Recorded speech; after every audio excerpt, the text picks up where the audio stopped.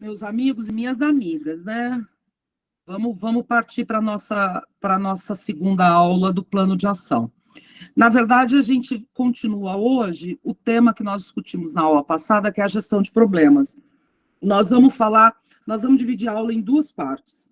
Numa primeira parte, nós vamos dar continuidade ao exercício que nós fizemos na aula passada. Na aula passada, nós falamos sobre priorização. Oi, Cristina, bom dia. Cristina chegou aí falando bom dia. Nós falamos sobre como priorizar, como ter ferramentas para priorizar os problemas, para que a gente possa etapizar depois essas ações que vão tratar esses problemas no plano de ação. Então, para que a gente prioriza? A gente prioriza para entender qual será a sequência cronológica e a sequência de aplicação de recursos financeiros e humanos na solução dos problemas. Quem são os problemas que são tratados primeiro? Aqueles que são considerados mais urgentes, mais graves e com maior tendência a piorar, e que, de uma maneira geral, os três juntos impactem de maneira mais significativa no cumprimento da função da escola, certo? É isso que a gente tem que pensar. Hoje, nós vamos aprofundar a discussão de ontem, da semana passada, porque na semana passada a gente fez um primeiro exercício de priorização. Mas sempre quando a gente olha para a priorização, isso é uma coisa que vocês têm que tomar cuidado quando vocês forem aplicar o exercício aí com a equipe de vocês. O que sobe na prioridade é sempre aquilo que está com o termômetro. Vocês já ouviram falar na expressão sensação térmica? Que às vezes está 15 graus, mas a sensação térmica é de 2 graus, é de 1 grau, porque deu vento forte, porque está chovendo. Então, muito cuidado na hora que for estabelecer a priorização aí na escola, porque a sensação térmica, ela interfere na priorização. Vou dar alguns exemplos para vocês. Naquela semana, teve um problema de segurança. Teve um problema de violência na escola. Os alunos brigaram no pátio, foi aquela confusão. Se você fizer a priorização naquela semana, o que vai subir na prioridade? Isso. Você não tenha dúvida. Furtaram os fios da internet na rua da escola e faltou internet para todo mundo. Se você aplicar uma priorização com os pais naquela semana, eles vão dizer que a infraestrutura de comunicação da escola não é boa. Se aquela semana você estava fazendo reunião de pais e teve uma baixa frequência dos pais na reunião, e você aplicar a priorização, o que vai subir na prioridade? A falta de participação dos pais na escola. Então, toda vez que vocês priorizarem, isso cabe a nós, gestores, a gente tem que contextualizar a priorização, para entender bem se aquilo que está subindo na prioridade é de fato urgente, é de fato grave e é de fato tendência, é a tendência que diminui a sensação térmica. Por quê? Porque a tendência é mais permanente. Você olha ela num período de tempo, entenderam? É ela que diminui um pouco essa sensação térmica. Portanto, quem for mediar a aplicação do exercício de priorização, e eu sugiro fortemente que seja o diretor escolar, que ele não abra mão, porque o exercício de priorização é um exercício de gestão, e aí o gestor é um mediador dos processos. No momento da discussão, que isso seja facilitado, você seja um facilitador do debate, daquilo que está subindo para a priorização. Porque, vai dar o resultado no gráfico e escreveu em pedra? Não. Não escreve em pedra o resultado do gráfico. Ele é só um material estratégico para vocês discutirem e terem parâmetro. Porque tem que atender também, tem que observar também as demandas da comunidade. Não é? São eles que a gente atende. Então, tem questões que você tem que levar em conta para poder mediar e clarear essa contextualização. Então, vamos fazer... Eu fiz para vocês um infográfico. Eu vou compartilhar com os professores tutores o infográfico, que é o que vai... E aí eles podem compartilhar nos grupos com vocês. É o infográfico que vai nortear a nossa prosa de hoje. Para a gente fazer uma boa gestão de problemas e chegar ao tratamento, tudo o que a gente quer, pessoal, é tratar os problemas adequadamente para que a gente possa garantir educação com qualidade social, para que o nosso aluno tenha acesso, permanência e sucesso. No final, não é isso? A função social da escola, no final, não é isso? A missão e o propósito da escola. Então, tudo isso que a gente está fazendo são ferramentas para garantir que a escola tenha mais eficiência, para usar o termo aí do Tribunal de Contas, que a escola tenha eficácia e eficiência no cumprimento da sua missão. Bom, fizemos o diagnóstico e a escuta. Bota um positivinho aí na tela, quem já terminou o diagnóstico e a escuta. Bota um positivinho na tela aí para mim. Quem já terminou o diagnóstico e a escuta, por favor. Como é que estão as coisas? Como é que está o diagnóstico? Está fazendo? Está terminando? Está incluindo? Já tá andando o processo? Ô, Lília, Oi. a escuta é com o professor, a comunidade, os alunos, só com o professor não, né? Isso. Até porque a escuta, gente, ela ajuda também a diminuir essa sensação térmica. Então, se a gente faz a escuta com só um segmento, nós vamos ter a perspectiva só daquele segmento, o que pode usar estratégias diferentes de escuta. Ah lá, o pessoal... Diga, Vera. Vera está levantando a mão. Pois não, Vera. Vera Dias levantou a mão.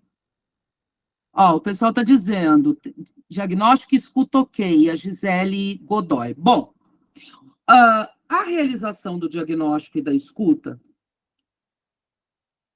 garantiu que vocês tenham, ao final da aplicação, uma lista preliminar dos pontos fracos, das dificuldades e dos problemas da escola, certo? Vem tudo ali, veio tudo. Lembra que eu falei? Vem tudo misturado, vem um balaião.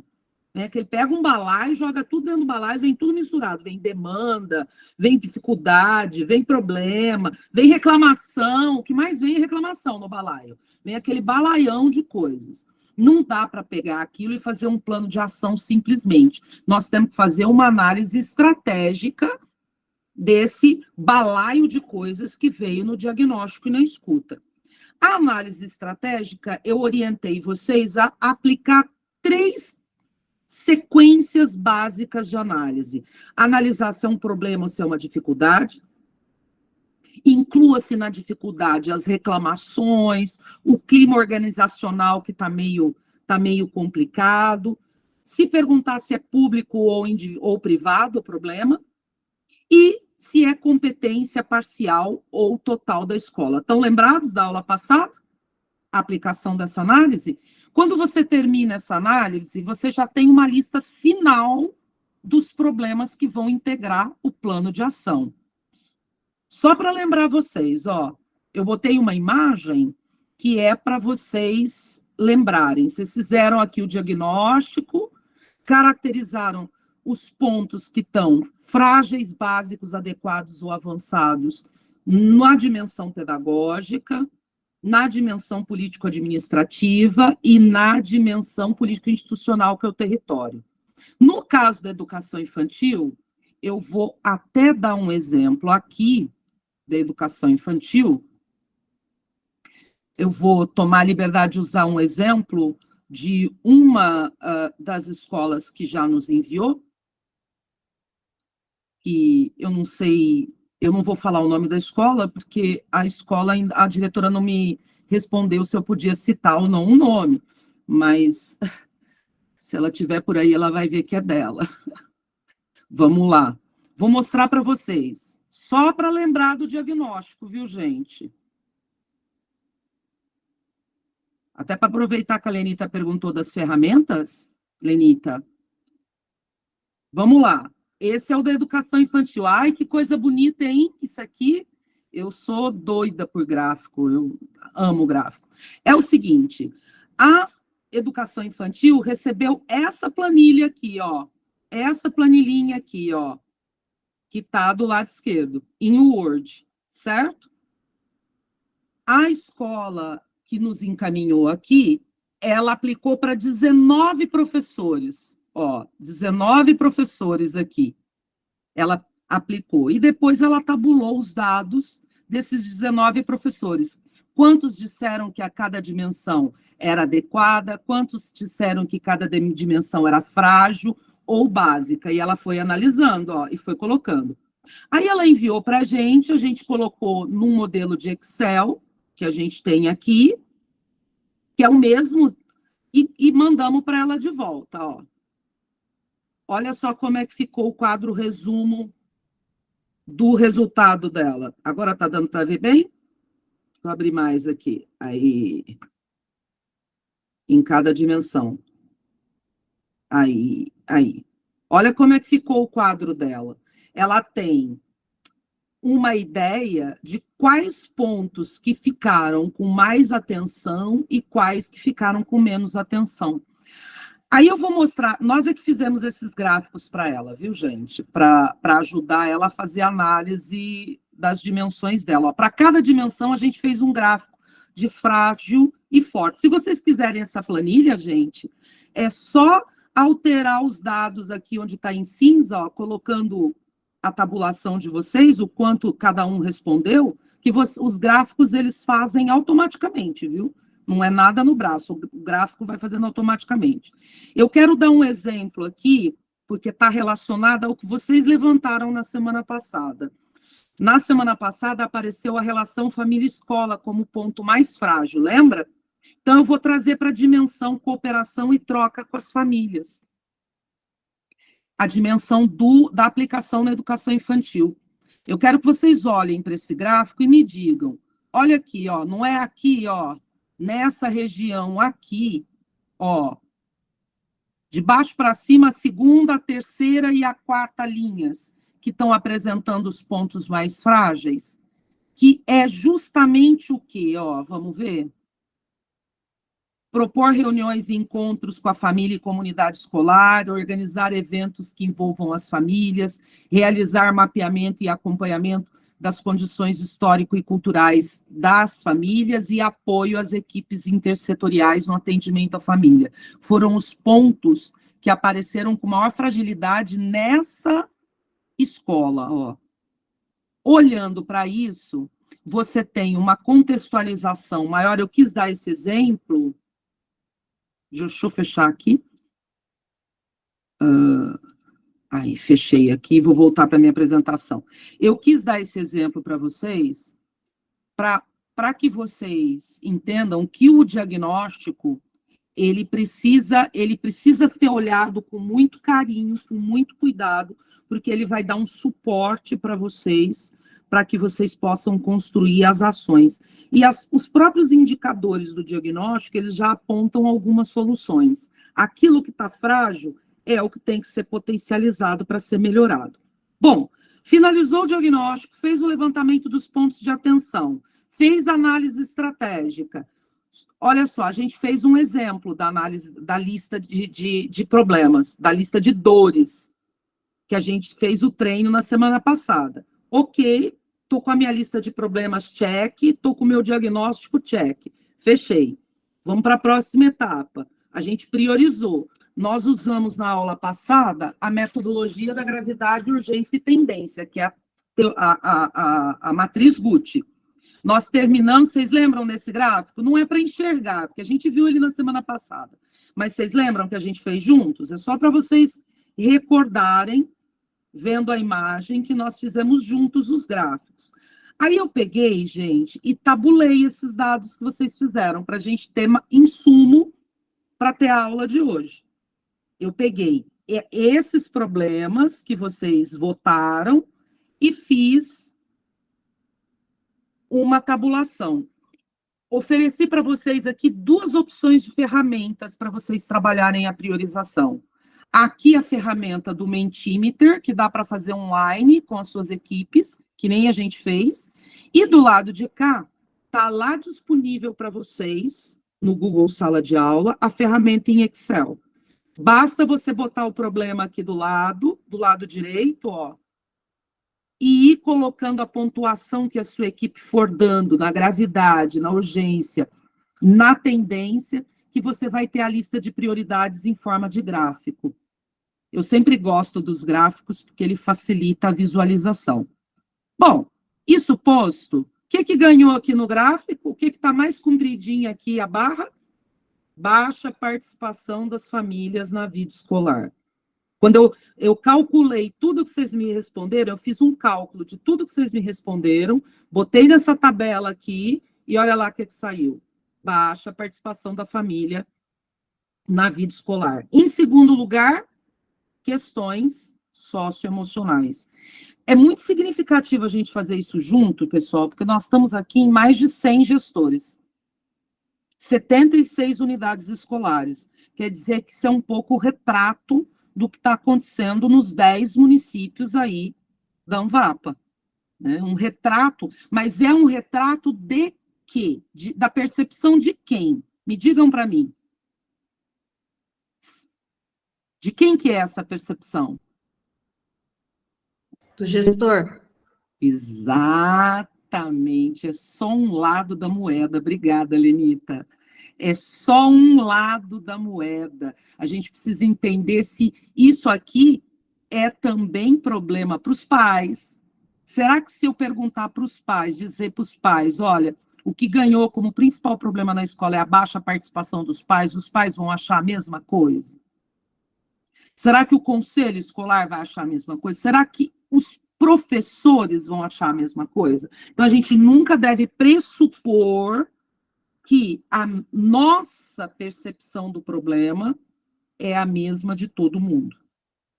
O que é um problema para mim pode não ser um problema para o outro. Por isso a gestão democrática, gente. Por isso a escuta, por isso ouvir. Mas aí vamos continuar o exercício. O exercício foi feito com gestores escolares. Então, esta lista é uma lista de problemas. Você pode encaminhar ela para a gente? Pode. Mas será só a nossa opinião sobre os problemas na escola. Ela só será, de fato, uma lista de problemas que tem adesão do conselho escolar e dos profissionais, se você convidar também e engajar no processo de priorização a tua equipe. Se você engajar, perguntar qual é a prioridade, por exemplo, para os professores. Se você perguntar qual é a prioridade, por exemplo, para o conselho escolar. Mesmo que não seja um exercício tão comprido como esse, como a gente fez, mesmo que seja mais simples, mas que você possa ouvir os segmentos para entender o que cada um coloca a partir disso. Muito bem, até aí tudo bem? É preciso, então, olhar para essa lista de prioridades e entendê-la que quem é prioridade para quem? Aqui, no nosso caso, a gente está trabalhando com a prioridade para os gestores escolares, que são os que responderam na semana passada. Muito bem, pegamos a lista de prioridade, fechamos, está resolvido? Será que já dá para a gente começar e fazer um plano de ação a partir dessa lista de problemas?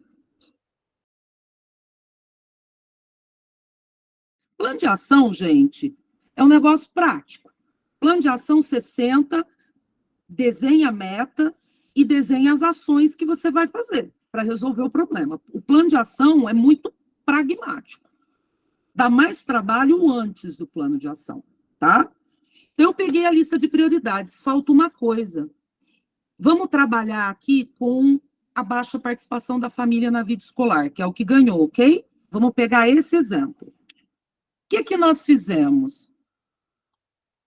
Nós fomos, quando eu digo nós aqui, equipe, a gente se debruçou sobre a literatura científica e foi analisar esse problema da baixa participação das famílias. Eu preciso desagregar o problema. Eu preciso entender o problema por dentro. Eu preciso saber quais são as causas, quais são as consequências desse problema. Porque, às vezes, pessoal, aquilo que eu identifico como um problema às vezes é causado por um problema ainda maior. E talvez nem sempre ele está na competência totalmente da escola. Lembra que eu falei? Então, o desagregar os problemas ou estratificar os problemas significa pegar o problema e destrinchar. Que nem a gente destrincha uma couve-flor quando a gente vai fazer salada. Vai destrinchando os cachos da couve-flor para fazer aquela salada gostosa. É isso que a gente vai fazer com esse exemplo da baixa participação da família, que foi o que ganhou na priorização da semana passada, tá bom? E para isso a gente vai fazer um exercício que nós chamamos de árvore de problemas. Tem muitas formas de desagregar um problema. Uma delas, por exemplo, é o exercício dos porquês. A literatura de gestão diz o seguinte: é muito difícil um problema resistir à sua desagregação, você conhecer os motivos, quando você aplica a brincadeira do porquê. Ah, baixa participação da família na escola. Por quê?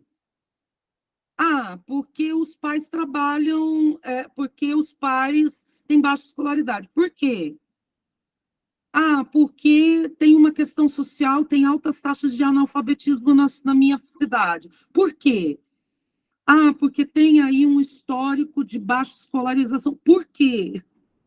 Essa é uma primeira técnica simplesinha e muito eficaz para a gente fazer com a equipe, a aplicação de porquê, os porquês daquele problema. Aqui a gente escolheu uma outra técnica que é muito simples também, que chama árvore de problemas. No centro da árvore, onde está escrito problema central, eu coloco a minha prioridade, o problema que eu identifiquei. O problema complexo que eu quero tratar como prioridade no meu plano de ação. É o que eu vou estudar mais profundamente. É o que vai virar um projeto institucional na escola. Convido a equipe, eu normalmente sugiro, gente, que vocês façam isso em papel. Desenha uma árvore, vocês são, todos nós aí, faz uma árvorezinha que nem aquelas de criança que a gente faz mesmo, com o tronco, as raizinhas, as folhinhas em cima, numa folha bem grande, bota na mesa dos professores, da sala dos professores, e faz um toró de ideias com eles.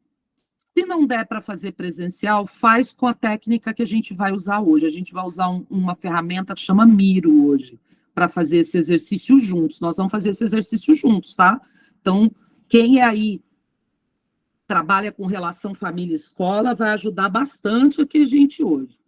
Nas raízes da árvore, vocês vão colocar as causas. Mas tem que ser um toró de ideias mesmo. Quais são as causas possíveis desse problema? E na copa, nós vamos colocar as consequências, como isso está impactando no aluno, como isso está impactando na missão da escola, como isso está impactando no sucesso e no projeto de vida do aluno. Você vai colocar tudo aquilo que deságua desse problema central.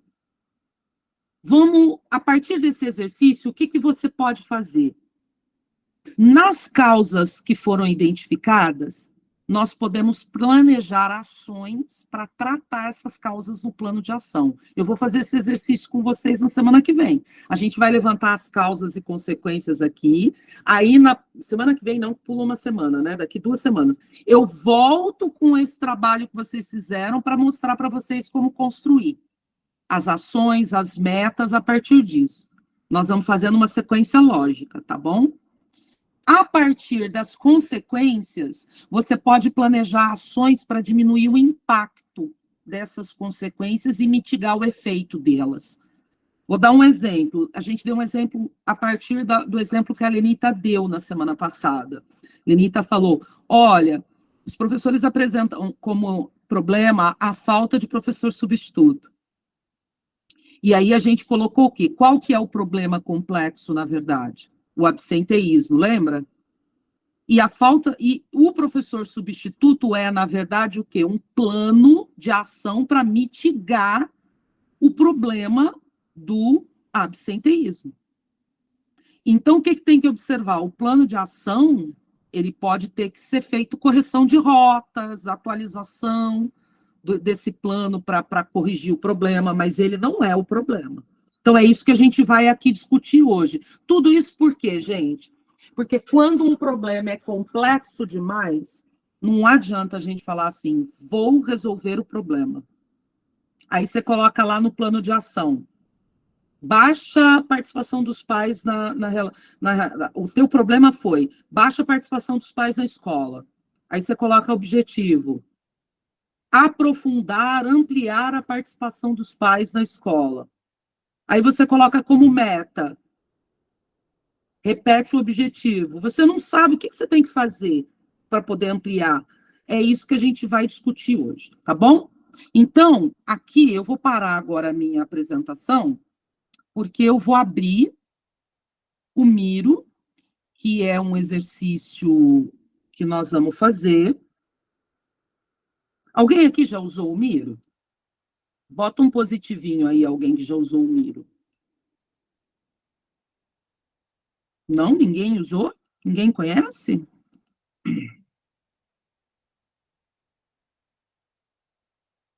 Então, vamos conhecer hoje. Que é uma ferramenta maravilhosa para a gente trabalhar em equipe quando não dá para reunir todo mundo, tá? Começar aqui, ó. Essa é a imagem que eu mostrei lá para vocês. Estão vendo bonitinho? Sandra, Alice, tá legal para enxergar? Tá. Essa é a imagem que eu mostrei para vocês. Tá? Vamos discutir as causas e as consequências. Ó, essa técnica, gente, dá para aplicar em todos os problemas que vocês vão tratar. O que eu vou pedir? Eu vou pedir para a Helena compartilhar o link da árvore de problemas, e a gente vai fazer um combinado. Quem de vocês conseguir entrar no Miro, eu vou pedir para vocês entrarem no Miro, porque a gente vai fazer juntos. Quem não conseguir entrar no Miro, não se apoquente, não fique ansioso. Pode ir respondendo no chat, e a Helena, a Sandra, o Maurício, eu, e a Marlene, vamos respondendo. Ixi, mas eu já estou vendo um monte de gente andando aí. Então, vamos lá, vamos começar nosso exercício? Vamos começar pelas causas. Qual é o problema? Fragilidade na relação família-escola. Puxem um post-it, você pode clicar no post-it, gente, e ir criando post-its novos, viu? Eu vou pedir para ir para a Helena, a Sandra, o Maurício, ajudando nisso. Eu quero que vocês agora soltem a experiência de vocês. Nós estamos aqui com coordenadores e diretores altamente experientes. Eu quero ouvir dos 10 municípios da Anvapa o que todos os gestores das 76 escolas que estão aqui acham que são as causas para a fragilidade na relação família-escola. Vamos lá? Coloquem sem medo de ser feliz. E quem não conseguir pôr no Miro, gente, põe no chat que a gente coloca no Miro para vocês. Eu vou criando post-it novo para vocês aqui.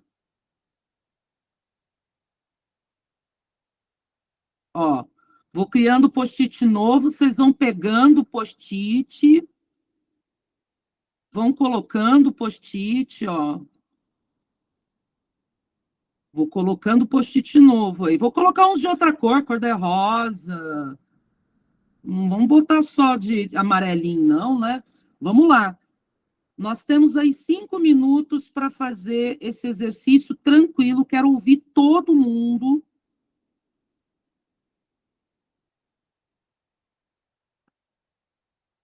Depois, nós vamos tabular isso tudo. E é super legal esse exercício, gente, porque eu sei que esse, de fato, essa é uma questão muito séria nas escolas. Então, é legal porque a gente já faz... Opa, alguém mexeu aí, Helena. Aí. Deixa eu... Aí, pronto. Só mexam, por favor, nos post-it, viu, gente? Para a gente não bugar aqui. Lembra que todos vocês aí...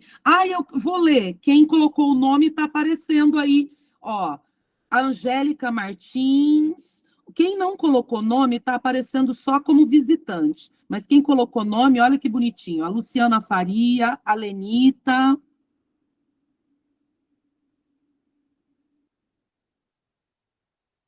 Pode colocar. Vou criar mais post-it para vocês.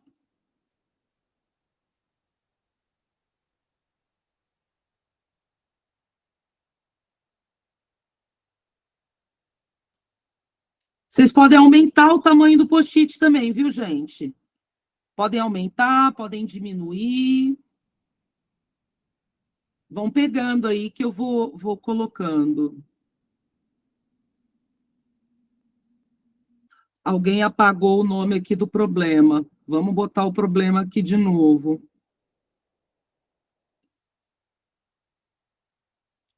O problema era fragilidade. Ah, você voltou, Helena? Obrigada. Ah, aí, muito bem. Vamos lá, vamos comentando? Vamos comentando? Quero ver o que já está aparecendo. Ó. Causas, não auxiliar em tarefas de casa. Ausência dos pais em reuniões bimestrais. Marinês de Piraju. Falta de compromisso. Pais relatam falta de tempo. Marinês de Piraju. Vou botar um coraçãozinho aqui para você, Marinês. Do lado esquerdo tem umas figurinhas, vocês podem usar as figurinhas, viu, gente? Também. Isenção de responsabilidade. Desinteresse. Insegurança dos pais quanto ao trabalho da escola. Opa, vou colocar esse aqui como uma ideia. Falta de interesse. Estou diminuindo os post-its que eu já li para dar espaço para novos. Ausência dos pais na reunião. Falta de comunicação. Falta de comunicação. Boa, boa. Vamos lá, gente. Vocês são muito experientes. Eu quero ouvir vocês. Está faltando muita coisa. Professora Marlene, fica à vontade, viu? Falta de compromisso. Bom dia, gente. Hoje é um dia muito especial. Meu primeiro neto que acabou de nascer. Então, eu estou numa emoção aqui, vivendo lá, a função de vó. Parabéns, Lá. Parabéns, parabéns. Parabéns, Marlene, querida. Então, gente... Alguém colocou aqui falta de compreensão e importância do trabalho realizado na educação infantil, tendo a escola apenas como um lugar onde a criança fica para que possam trabalhar. Muito legal. Essa colocação é uma colocação muito significativa.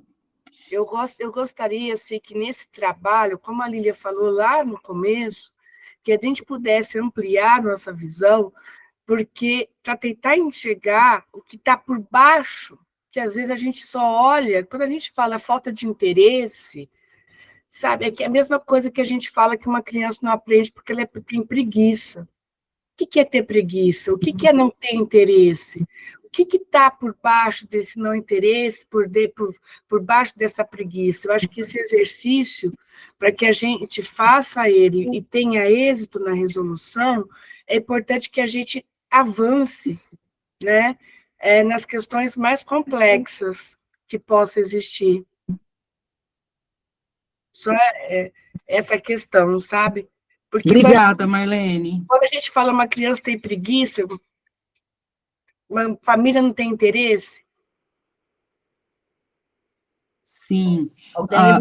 Podem abrir o microfone quem quiser comentar o que está aparecendo na tela, gente. Vocês estão ajudando. Eu vou pedir para o Maurício e para a Helena, que tem um pessoal que está colocando no chat, para transferir o que está para o chat, do chat tudo para o Miro, tá? Para a gente ficar com a compilação. Por exemplo, Lília, a e-mail Margarida coloca lá, ainda não entenderam o real valor da educação infantil. Isso é verdade. É uma crença, é uma questão cultural da nossa sociedade, que ainda não entende a educação infantil como educação básica, e não valoriza. Então, isso daqui é muito sério. Então, impacta justamente nessa relação com a escola, né? Que a gente já veio discutindo há muito, né? Muito bom. Ó, alguém colocou aqui falta da informação sobre a importância do acompanhamento escolar na educação infantil. O pessoal acha que é creche, é isso que você estava lendo agora. Eu estou meio que agrupando os post-its, gente, por grupo. Ajuda aí a gente nisso também, viu, professores? Vamos agrupar os problemas. Isso é um exercício que ajuda a gente a ir clareando, ó. Lília, teve uma bem interessante aqui, que é falta de transporte para os pais da zona rural, tá vendo? É infraestrutura, é bem interessante. Muito legal, muito bom. E o analfabetismo da família, né? Às vezes a gente não faz ideia que muitas famílias pagam para crianças, adolescentes, ensinarem os filhos a fazer a lição, porque eles não sabem fazer. E eles têm vergonha de ir até na escola para falar que eles têm problema, que eles têm... porque na hora que eles vão se apresentar para a escola, muitas vezes eles vão ter que revelar esse analfabetismo, né? Então, é uma questão muito séria também, e que a gente sabe que o analfabetismo materno, ele tem um impacto no desenvolvimento, no desempenho escolar, maior que o nível socioeconômico. Ó, mas eu estou vendo muita coisa da educação infantil, gente. Estou vendo pouca coisa do ensino fundamental. Gostaria de pedir para os diretores do ensino fundamental colaborarem com a gente. Ou não há, esse não é um problema do ensino fundamental? Acho que não, né? Acho que... Né? Oi, Lenita. Teve gestor do Fundamental que comentou aqui no chat. Chat. Eu vou pedir, então, para o Maurício Prelena e para quem está ajudando aí. Não pedi para você, viu, Alícia? Porque eu sei que você conseguiu entrar, Alícia? Consegui, mas eu penso que da educação básica, do ensino fundamental, muitos pais já acham que o filho cresceu e que não precisa dele lá na escola. Então, essa concepção também existe. Agora, eu queria lembrar um pouquinho do que a Marlene também falou. Qual é o papel da escola quando acha esse problema e olha as causas desse problema? O que é que a escola faz? Como é que a escola prepara essas reuniões? O que é que a escola fala para esses pais, né? Porque é um processo, as reuniões de pais é um processo educativo. Então, se o problema é a nível de Brasil, né? Não é só aí na Anvapa, mas em qualquer lugar desse país que você for, esse problema vai aparecer. Então, como é que a gente trata essa causa raiz? Como é que a gente resolve ter a comunidade na escola? Tá. Muito bom, gente. Vamos lá agora. Enquanto os últimos que vão colocando o que acham aí o que acham na árvore, eu vou comentar aqui. Eu vou comentando aqui alguns pontos antes da gente passar para frente. Fala, Marcela. Pode falar, Marcela. Estão me ouvindo? Estamos te ouvindo. Então, a Alice acabou de falar como que traz o pessoal da comunidade para a escola. Teve uma reunião de pais aqui na escola que eu trabalho faz um tempo já. Cada professor trouxe um brinde, alguma coisa, e nós fizemos sorteio. Pensa que lotou a reunião de pais. E parece uma estratégia simples, não é? Mas é uma estratégia de acolhimento, Marcela. Isso se chama acolhimento. A gente vai falar um pouquinho. É claro que esse exemplo, gente, é um exemplo que nós estamos usando para aprender a planejar, para fazer o plano de ação. A gente poderia fazer uma aula inteira sobre a questão da relação família-escola, que a gente não ia esgotar nunca. Um curso. Mas a gente já está aproveitando aqui, principalmente a presença da professora Marlene e da professora Alícia, que trabalham com educação infantil, justamente com educação infantil e com relação família e escola, a professora Marlene trabalha especificamente com isso, porque ao mesmo tempo que a gente está aprendendo sobre plano de ação, a gente também já está discutindo uma questão que está muito presente na escola. Então, a gente está, ao invés da gente ser politicamente incorreto e matar 2 coelhos com uma cajadada só, a gente acolhe 2 coelhos numa cesta só. nesse processo de aprendizado. Professora Sandra, pois não. Eu queria chamar a atenção, porque teve um comentário muito interessante, falando da falta de comunicação. E aí, lembrando da oficina da professora Adriana, né? A coisa do quanto é importante a comunicação na escola, e foi comentado aqui do lado. Muito, muito importante, até porque, Sandra, você lembrou muito bem, a gente vai... uma das questões que a gente vai colocar aqui como solução é justamente o plano de comunicação. Perfeito. Vamos passar agora rapidamente nas causas... Lília, a Regiane levantou a mão. Oi, Regiane. Pois não, eu não tinha visto, desculpe. Olá, falar a experiência, a Marcela falou que fez o sorteio, né, numa reunião de pais e encheu de pais na comunidade dela lá, né? Eu fiz também e aqui não surtiu efeito. Acabou nem vindo quase ninguém. Rejane, e aí é por isso que a gente coloca o seguinte, o conhecimento do território, e por isso que a gente colocou ali família, escola, comunidade. Porque o conhecimento do território em que você está tem um capítulo maravilhoso no Plano Nacional da Primeira Infância, que é o capítulo Família-Comunidade. O papel da comunidade precisa de uma aldeia toda para educar uma criança.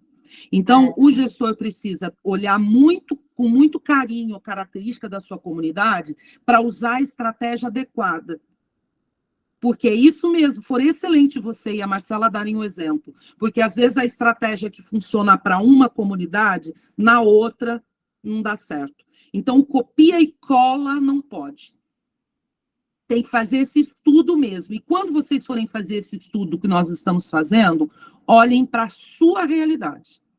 Agora, tem uma coisa que não pode abrir mão, gente, ela da literatura científica, das pesquisas que já foram realizadas, dos estudos de caso que já foram feitos. O que nós fizemos essa semana? Como vocês deram trabalho para a gente. O que eu tinha preparado? Eu tinha preparado para vocês, porque em todos os outros que a gente já aplicou, deu evasão escolar. Então, a gente trabalhou todas as causas da literatura sobre evasão escolar. O de vocês deu relação família-escola. Aí eu falei assim, vamos embora, vamos pesquisar. E essa semana a gente levantou estudos de caso que levantaram as causas, as consequências e as possíveis soluções desses estudos de caso. A Helena, o Maurício e a professora Sandra estão contribuindo, colocando o que a gente levantou na literatura aí junto com os problemas que vocês estão levantando. Então, a gente está misturando com o que vocês apontaram, aquilo que a literatura científica também aponta como causas dessa fragilidade. Vamos ler... Marlene, você pode falar que agora eu vou passar a fazer um resumo aqui. Pode falar, Marlene. Está fechado, Marlene, está fechado. Lília, pode passar, porque aí depois eu falo lá na frente, tá? Tá bom, então, combinado, então. Vamos rapidamente fazer um resumo, então, aqui. Expectativas diferentes. Pais e professores podem ter expectativas diferentes sobre o papel de cada um na educação da criança. Gente, o que a LDB, o que a Constituição brasileira fala? Que a educação é responsabilidade da escola e dos pais. Não fala que é mais de um nem mais de outro. É o quê? Compartilhado. Isso é interessante, porque a gente levantou na literatura justamente que há uma tendência a delegar a responsabilidade. A escola delega para o pai delega para a escola, e no final quem sofre é a criança, né? Vamos lá, comunicação ineficiente. Muitas vezes a falta de compreensão dos pais sobre a importância da educação infantil. Muito legal. Eu vou aumentando aqui para a gente ler. O analfabetismo na família pode dificultar no auxílio das crianças nas tarefas. Eu vou abrir alguns, tá? A falta de comunicação, o não entendimento da importância do trabalho desenvolvido para a escola, a falta de transporte rural, família desestruturada, falta de compreensão do trabalho realizado na escola. Muitos pais vêm à reunião só para tratar do comportamento dos filhos. Aí tem o outro lado da moeda. Será que em muitas reuniões a escola só trata do comportamento dos filhos? Chama o pai só para mostrar o boletim ruim ou o mau comportamento? E não cria outros espaços de compartilhamento na reunião? A escola precisa abrir as portas para a família, porque há uma certa resistência nisso. O pai alega que não tem tempo para auxiliar as crianças. Insegurança da escola quanto ao trabalho, dos pais quanto ao trabalho na escola. Tem pais, gente, que às vezes se sentem inseguros, inclusive, porque eles não se sentem capazes. Tem vergonha de ir à escola. O que mais? Os pais priorizam o trabalho e as relações escolares da criança só quando dá tempo. Pais priorizam os filhos no fundamental e não os filhos na educação infantil. Os pais terceirizam a educação para a escola. Não valoriza a educação conflito de autoridade, conflito sobre quem tem autoridade final em decisões educacionais. Problemas de comunicação. Eu esqueci algum, gente? Marcela levantou a mão. Oi, Marcela, pode falar. A mão dela ficou levantada, ela não conseguiu abaixar. Ideias culturais, olha aqui embaixo. Ideias culturais que valorizam a educação somente para o trabalho. Nossa, gente, está descendo lá, agora que eu vi que está lá para baixo o negócio, está crescendo aqui, ó. Conflitos de autoridade, participação da família no desenvolvimento do filho. Muito bem. Ô, Lília, eu queria acrescentar uma que eu não vi aí, que eu acho que é importante, não sei o que a Marlene acha. Problemas de drogadição, dependência química e desemprego dentro da família. Isso é uma coisa que afeta, não é, Marlene? Não sei. Sandra, coloca, muito interessante. Deixa registrado num post-it que eu acho muito interessante. É que a gente está lembrando que a gente está falando de questões sociais, né? Nós estamos falando de seres humanos, então por isso que a complexidade, né? É por isso que eu falei, questão de falta de interesse é muito olhar pela superfície. Isso. Muito bom, gente, muito bom. Ok? Depois nós vamos compilar tudo isso. E já vou dizer para vocês o que nós vamos fazer com tudo isso, tá? Segura aí. Vamos para a próxima? Deixa eu só falar, só um minutinho, Lilian. Desculpa, claro, Sirlene. A mão. A questão falta de interesse que foi colocado aí, eu acho que não é só da família. Por ocasião da pandemia, nós aqui da educação, qual era a preocupação? Também era social, a comida, coisa.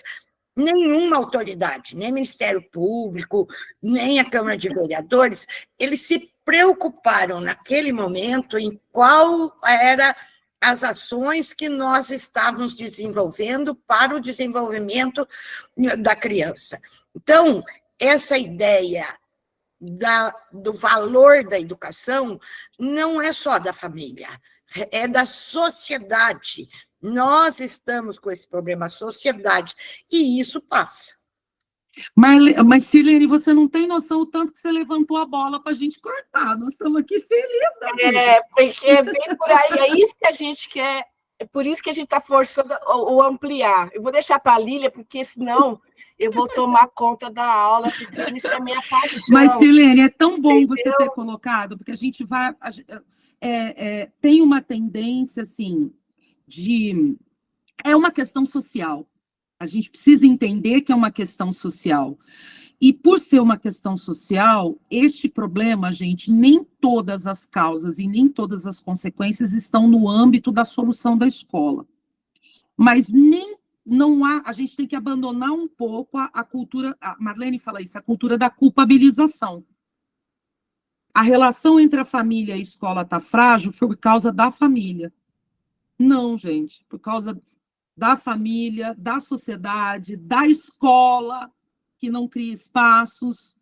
Eu queria ter visto aqui post-its aparecendo sobre uma análise situacional crítica dos espaços verdadeiros que as escolas criam para a escuta dos pais.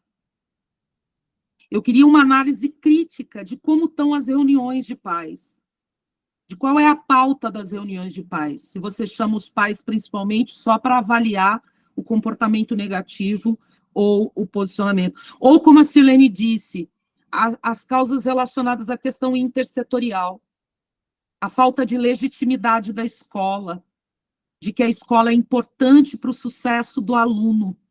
Isso não é só o pai que não está achando. A Sirlene foi no âmago. O Ministério Público, a sociedade como um todo. É preciso um movimento para legitimar de novo a escola como uma instituição importante para o sucesso na vida do aluno, para o projeto de vida do aluno. E nós estamos vivenciando um momento em que a escola está perdendo essa legitimidade. Muito bem, segura agora. Vamos para uma outra parte. Só posso falar uma coisa, já que você falou uma palavra. A questão da culpabilização, se a gente não chegar a ter essa visão que a Sirlene trouxe, muito maior, complexa, nós vamos continuar fazendo, eu costumo dizer em sala de aula, sendo marionetes de um sistema.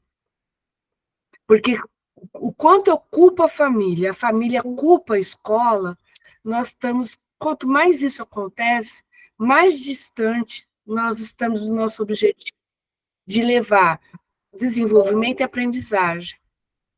Entendeu? Então, essa é muito complexa, essa situação, porque existem uns sistemas que nos favorecem a pensar disso, para não pensar o que tem por trás dessa manutenção da evasão, do fracasso, né? Dessa questão toda social que a gente tem, tá bom?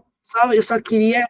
Então, pense que quando a gente está culpabilizando, nós estamos nos afastando da possibilidade de resolver qualquer problema que a gente tenha na vida escolar e promover a aprendizagem. Agora eu vou pedir para vocês saírem da caixinha, tá? Saírem da caixinha, nós estamos juntos pensando causas, consequências, e depois nós vamos pensar um pouquinho em soluções. Depois eu vou dizer o que a gente faz com tudo isso. Olha, vocês percebam que o objetivo da árvore de problemas é buscar as causas raízes, é a gente sair da caixinha e refletir, sair do consenso, daquele senso comum, o senso comum, aquilo que todo mundo fala, né? E que tudo que está escrito aí, gente, é realidade. Mas essa realidade, ela é muito mais polissêmica e muito mais complexa do que a gente imagina. Então, olha a quantidade de post-its que vocês colocaram da complexidade desse problema. Vamos para o próximo agora? Topo da árvore. Eita, já tem gente anotando. Já tem gente anotando. No topo da árvore vai o quê, gente? As consequências. Então, vamos lá. Botei os post-its mais em tons de verde para separar. Vou mudar aqui para baixo para não misturar. Depois nós vamos compilar tudo isso. Vai lá, pessoal. Podem...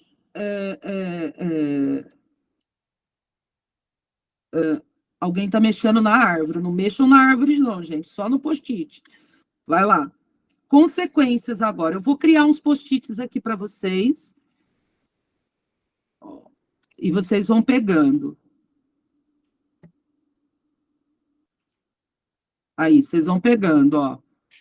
Para facilitar. Consequências, gente. Eu vou pedir para vocês saírem da zona de conforto. E vocês... trazerem as possibilidades a curto, médio e longo prazo. Não fiquem no curto prazo só.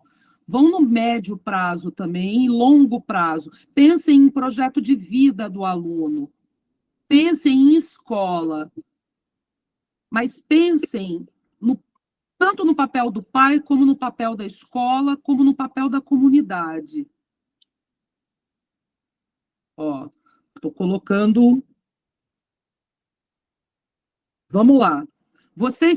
Nós estamos aqui, gente, esse exercício é tão poderoso, nós estamos com 100 gestores na sala, pensando juntos relação família-escola.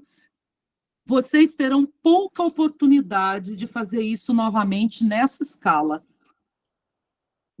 escala de levantamento, para poder ajudar. Quem for trabalhar essa questão no plano de ação já tem um baita levantamento, vamos combinar, né? Até para as secretarias aí, ó, trabalharem suas metas institucionais. Vamos ver o que está aparecendo? Fracasso escolar como uma das consequências. O adulto despreparado para a vida em sociedade. O que mais? Evasão. Abandono psicológico da criança. Alguém mexeu na minha árvore aí, ó. Não mexe na minha árvore, gente, por favor. Apagar aí o nome das consequências. Sumiu minhas consequências. Ele é ciumento, não mexe na árvore. Não mexe na minha árvore. Filha, afastamento entre comunidade e escola. Afastamento, deixa eu ver onde está. Não, que eu não vou mexer Aqui. na árvore, que senão vai dar bronca. Não, mexe no post-it, gente. Mexe no post-it, não mexe na árvore.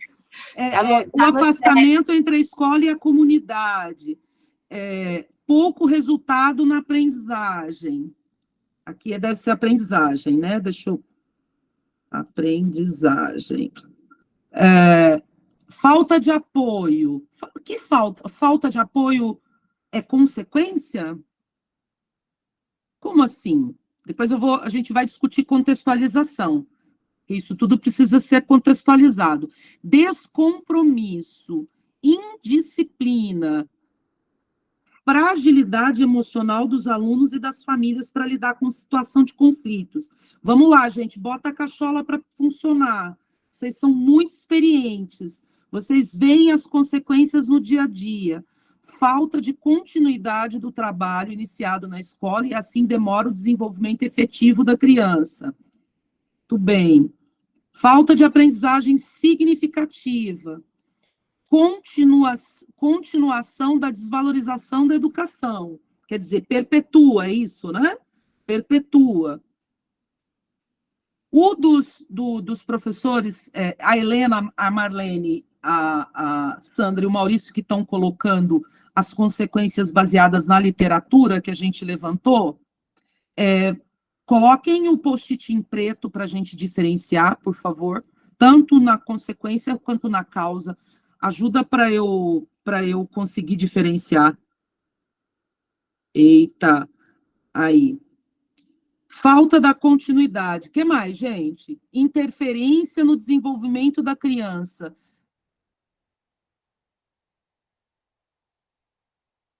Só tem alguém aqui que está escrevendo um grandão aqui. Comunicação entre escola e família. Aí. Eu estou ajudando aí quem está com dificuldade com os post-it. Resultado na aprendizagem do aluno. Falta de interesse em relação a tudo que a escola lhe oferece. E projeto de vida, gente? Projeto de vida não apareceu aqui, hein? Lilian, poderia colocar falta de resiliência para o cidadão, né? Excelente, pode colocar, Sandra. Eu só vou pedir esses que vocês estão colocando, que aí, para separado deles, colocar em preto. E lá no das consequências também, viu, Helena, Maurício, Sandra, Marlene? Os que vocês colocaram, eu vou pedir que vocês coloquem em preto para diferenciar do que os gestores colocaram. Vamos lá, vamos fazer uma geral? Vamos fazer uma geral agora? Assiduidade dos alunos. Apareceu uma novidade aqui. A falta de participação dos pais pode comprometer aí a frequência dos alunos, a assiduidade dos alunos. Vamos ver o que é que a Marlene, a Helena e a Sandra estão colocando em preto, que é com base na literatura que a gente levantou. Motivação reduzida. A motivação intrínseca dos alunos pode ser prejudicada pela falta de envolvimento e suporte dos pais. Baixa expectativa da escola em relação ao aluno.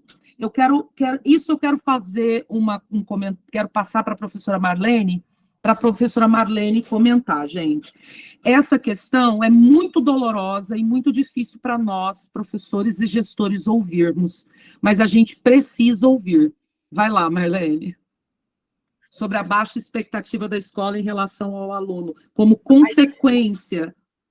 A gente tem uma situação, né?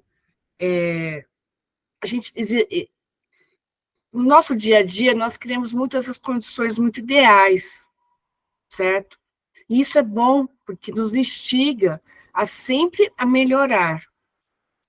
Frente a uma situação que a gente não tem ideal, aquilo incomoda.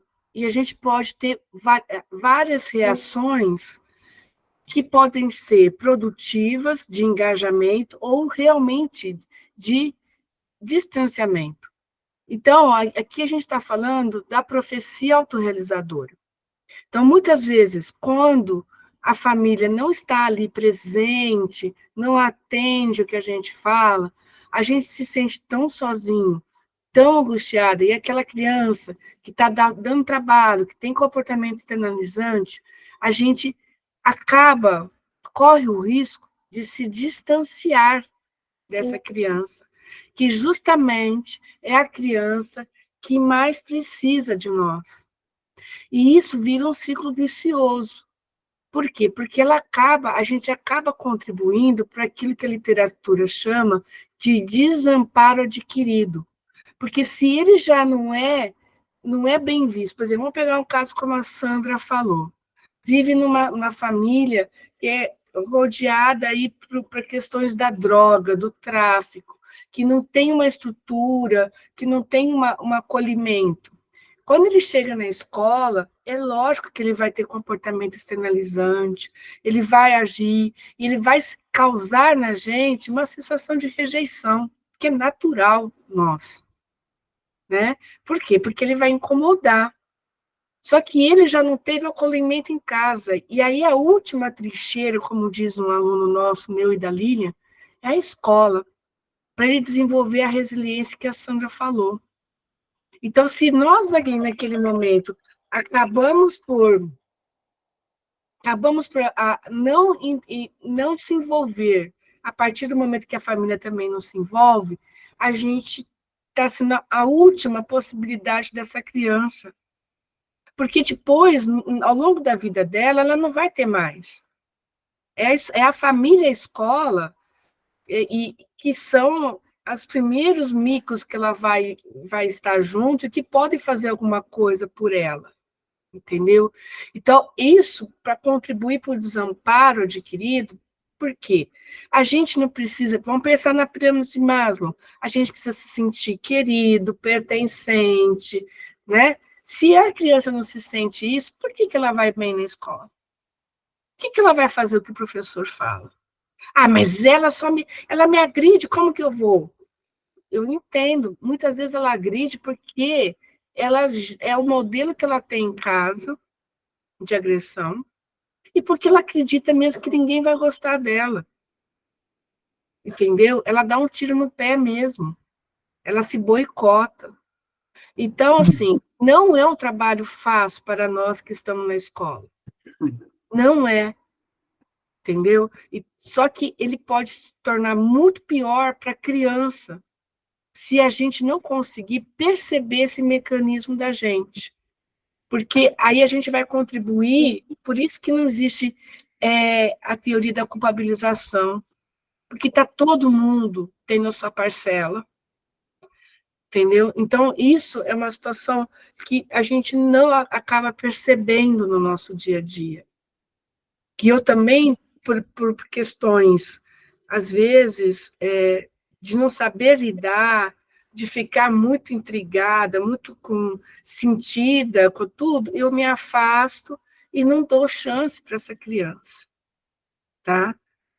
E aí eu vou sozinha, mas eu sozinha? Não, por isso que é uma comunidade escolar.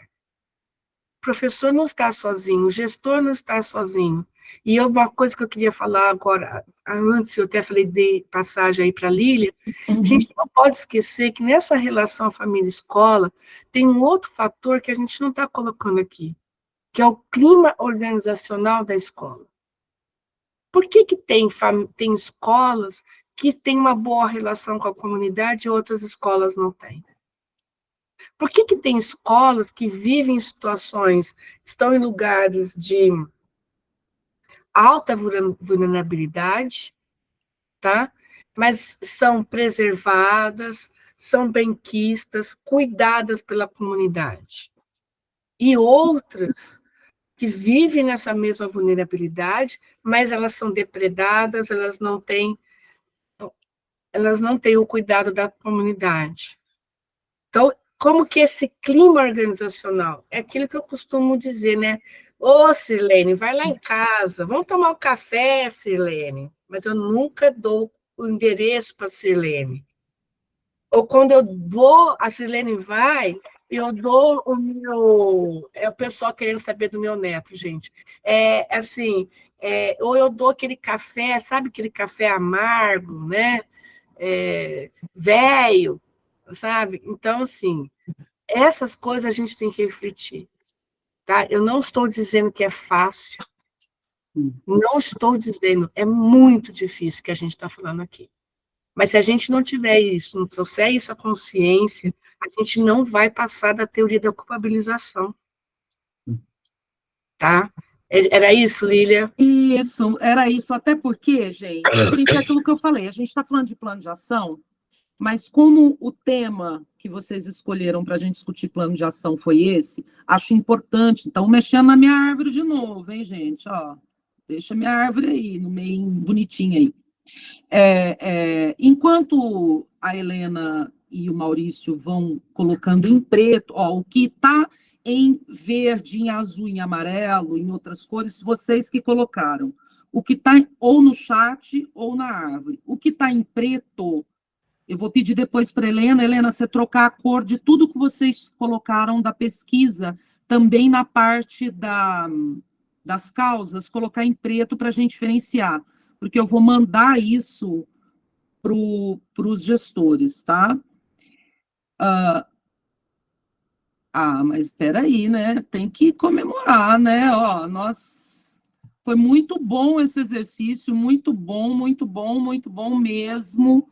Nós estamos aqui com a ideia, gente, tudo isso é para dizer para vocês o seguinte: problema não se resolve com uma canetada.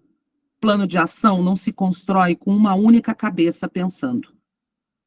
Porque a gente já percebeu que os problemas da educação são problemas complexos. E, portanto, a gente precisa ter gestão democrática e participação na construção das causas, das consequências, compreender. O que a gente fez aqui, então? Nós desagregamos as causas, desagregamos as consequências. Qual é o próximo passo agora? É ler tudo isso. Nossa, gente, está parecendo um negócio o meu Google Meet aqui, ele é vivo, ele aparece uns balões, umas coisas.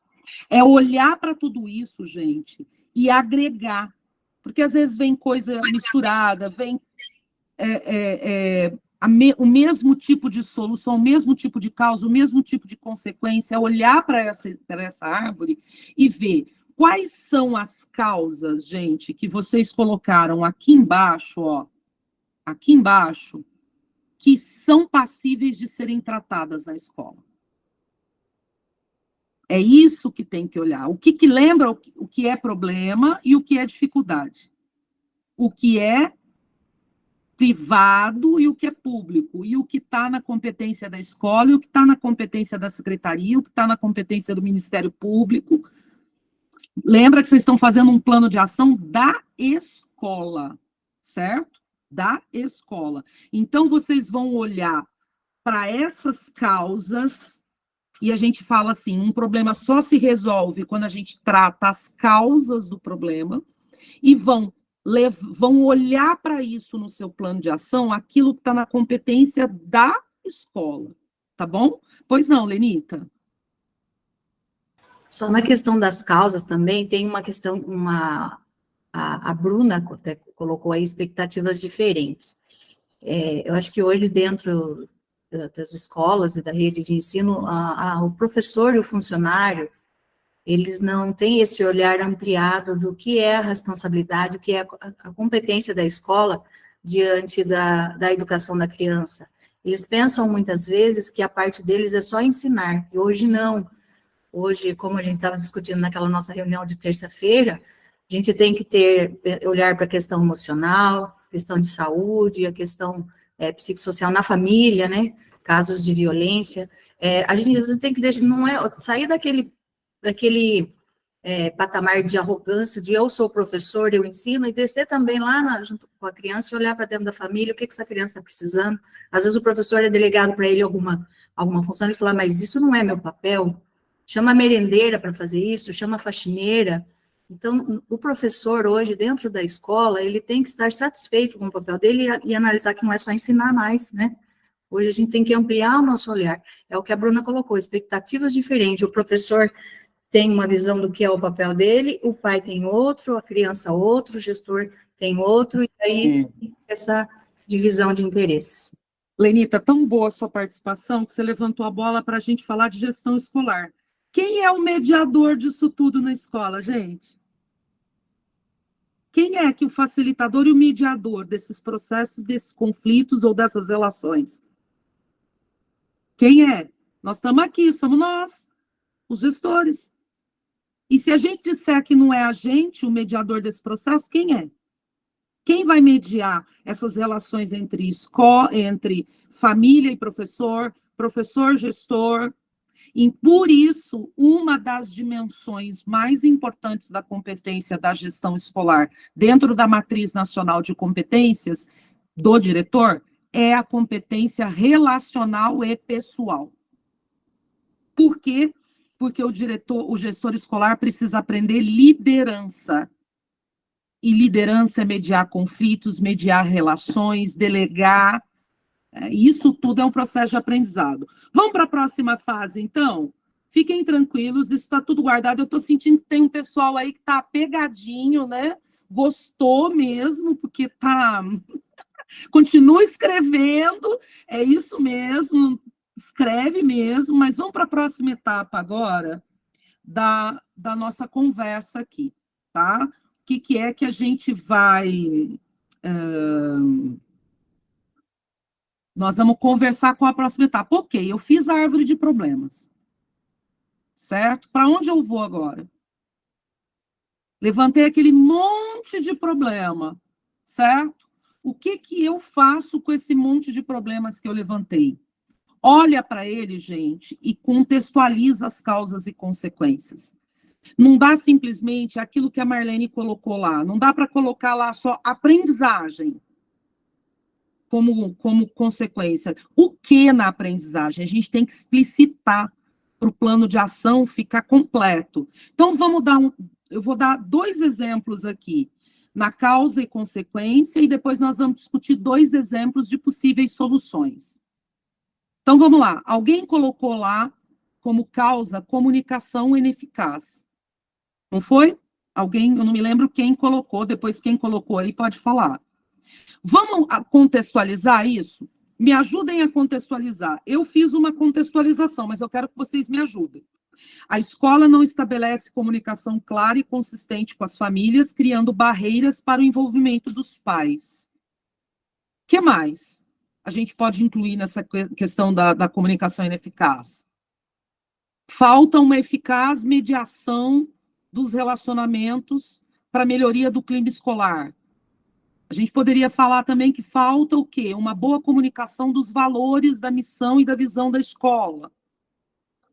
O PPP, por exemplo, não é comunicado, ninguém conhece o PPP da escola. Oi, Sandra, vamos lá, me ajudem aí, gente.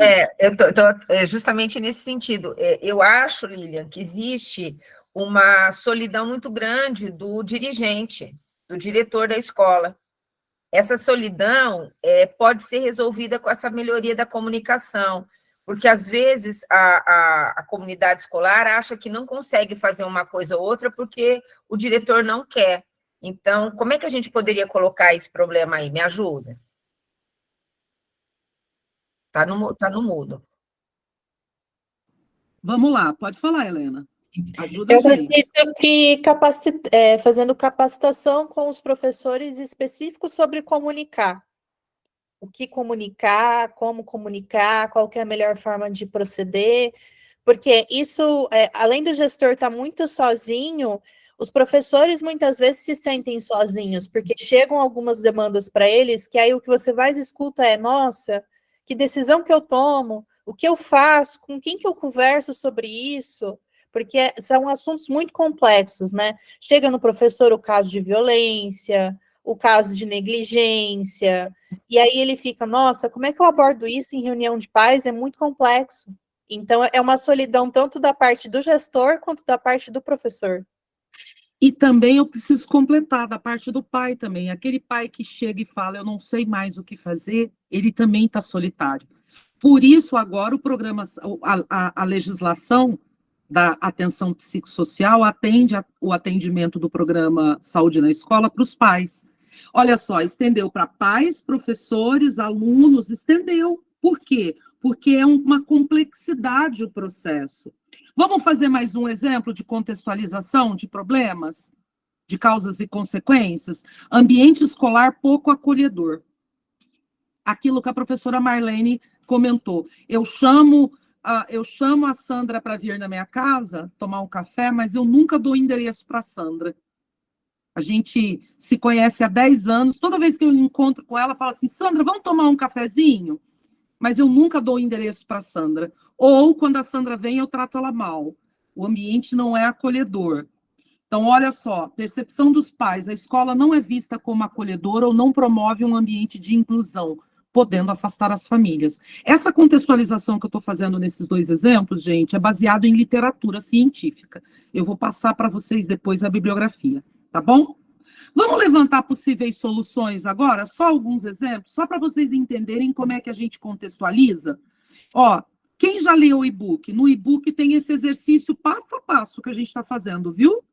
Um por um, como é que faz a árvore de problemas, como é que contextualiza, bonitinho. Pode falar, Helena. Uma possível solução, eu lembrei do caso de uma diretora lá de Serra Azul, que ela encontrou a solução em adaptar a linguagem e adaptar a reunião de pais, porque eram turmas de primeiro e segundo ano, e na escola dela, quem mais frequentavam eram os pais, homens, e eles eram trabalhadores de fábrica, eram trabalhadores rurais, e aí ela percebeu que eles não gostavam de reuniões muito longas, com pauta muito longa, e que tinha que ficar muito tempo discutindo. Então, ela adaptou a pauta, fez pautas mais curtas, mais diretas e mais direta ao ponto. E aí ela percebeu que os pais começaram a ir mais nas reuniões, porque eles sentiam que, assim, era eficiente, o que tinha que falar, falou do jeito que ele entendia, e ele não, abre aspas, não sentia que estava perdendo tempo. Então, foi muito interessante esse caso de Serra Azul, porque ela adaptou, a solução que ela encontrou foi adaptar a reunião de pais, quando ela percebeu que quem era o público dela. E ainda, Helena, mais uma vez o exemplo de que a gente só faz um bom plano de ação se a gente conhece bem a comunidade, se a gente conhece bem a nossa demanda, né? Vamos lá, vamos ver outros exemplos. Para uma comunicação ineficaz, gente, um bom plano de comunicação, concordam? Tem que planejar, tem que ser intencional. Plano de ação com melhorias e estratégias de comunicação entre família, escola, comunidade, com a sensibilização, por exemplo, sobre a importância do envolvimento parental para o sucesso do aluno. Programa de interação família, escola, comunidade. Isso é um programa que a gente já viu ser implementado em vários municípios com sucesso, com várias ações de planejamento escolar que aumentam o engajamento e a intencionalidade na progressão das interações. Então, por exemplo, a reunião com adaptação da linguagem, a reunião com pautas mais curtas, pode ser uma ação do programa de integração família e escola, criação de ambientes escolares mais acolhedores e inclusivos. Finalmente, no passo 4, continuando o passo 4, que é a desagregação do problema. O que a gente fez? Nós desagregamos o problema, levantamos as causas e consequências, fizemos o exercício, contextualizamos essas causas e essas consequências, porque elas precisam dizer o que significa aquilo. A comunidade tem que estar claro para ela o que significa. A Mariana está dizendo que trabalha a reunião de pais, a carta de... Deixa eu ler aqui, Mariane. Eita, tirei aqui. Uma carta de intenções, com explicações simples do que foi trabalhado. Nossa, uma excelente estratégia, Mariana, porque a carta de intenções, ela compartilha os significados daquilo que se precisa para o sucesso do aluno na escola. Deixa mais claro, isso é plano de comunicação, Mariana. Um excelente exemplo. Projetos institucionais da escola.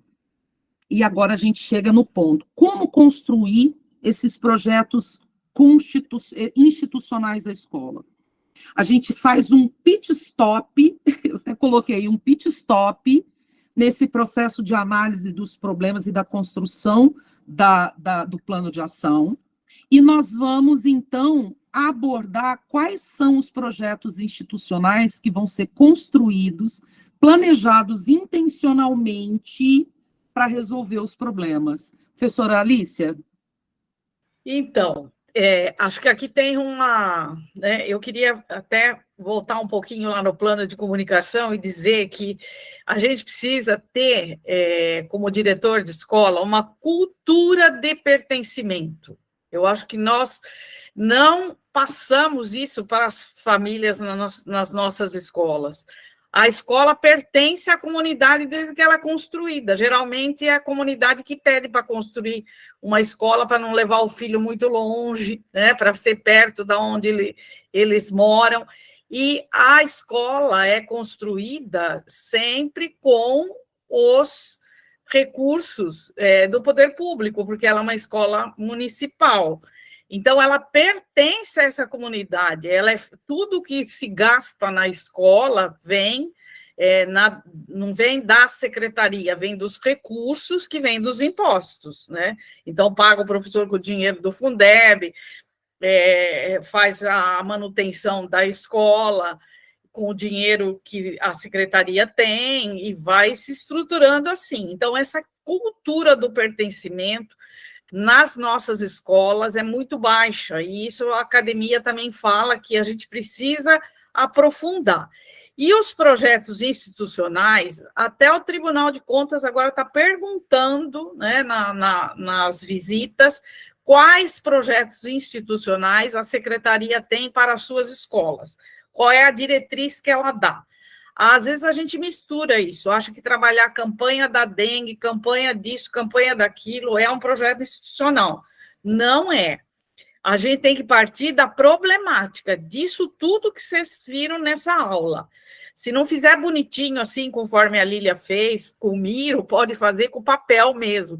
Bota a árvore lá em cima da mesa, pega os post-its coloridos e faz, mas tem que haver uma discussão com os nossos professores, com os funcionários, com a comunidade escolar dos problemas.